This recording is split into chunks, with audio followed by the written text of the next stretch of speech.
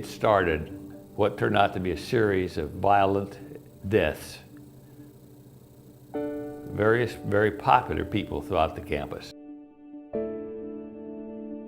A malaise settled over the community. I mean, this was not the first of these terrible accidents. I can recall being at home the evening that the phone rang and my dad answered the phone, and I don't know who called him, but he was told about the terrible accident of Knox students. As World War II came to an end, Knox College saw its campus rejuvenated by the presence of young veterans returning from military service. Their homecoming was cause for celebration, extending well into the 1950s. But then, a series of tragedies struck the campus. It was quite an experience, quite an experience. A number of missing faces, though. A lot of some classmates who died within just a few years of graduation, a couple in automobile accidents, some in military accidents of one form or another.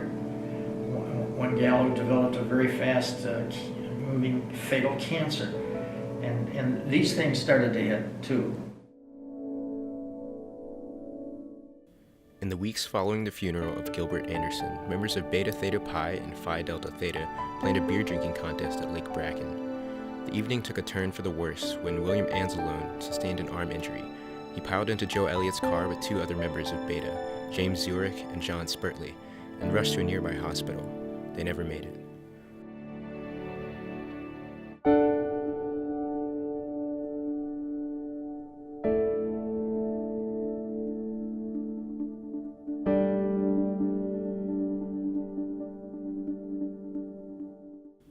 Zurich was thrown from the car as it rolled on its side, escaping the flames that would soon envelop it.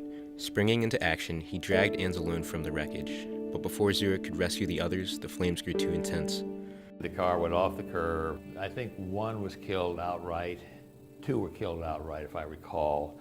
Third, Bill Anzalone was burned very, very badly, and he was in the hospital, the cottage hospital, for several days, and then he died from his injuries. With Burke, Spurtley, and Anzalone dead, Zurich was left as the sole survivor of the crash. That affected the campus, as you could imagine, because a lot of them knew one of them was a popular young guy, the girls liked him, and he had a lot of friends, and they all had a lot of friends, and they were well known, and that really was a disruption for quite a while. Joe Burke Elliott was 20 years old from Kewanee, Illinois. John Spurtley was 20 years old from Park Ridge, Illinois. William Anzalone was 22 years old from Chicago, Illinois. He was involved in K-Council and a member of the track team. James Zurich was 19 years old from Cicero, Illinois. He was a member of the basketball team.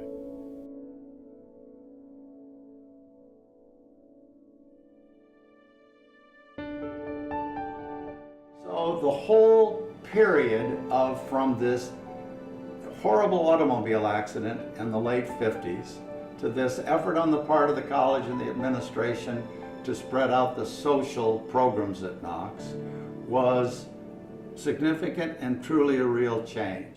Dean Umbeck was quick to respond, banning cars on campus, instituting programs that promote socializing without drinking, and placing restrictions on Beta. The different environment, once those men were killed, we had to tone everything down in terms of what the fraternity did and try and get back in the good graces of the school. There is, as there has always been, a Knox College by day and a Knox College by night. That the problem of the consumption of alcohol and the consumption of other drugs made that period even more frightening in very real ways in terms of the negative effect it had on a lot of students' lives.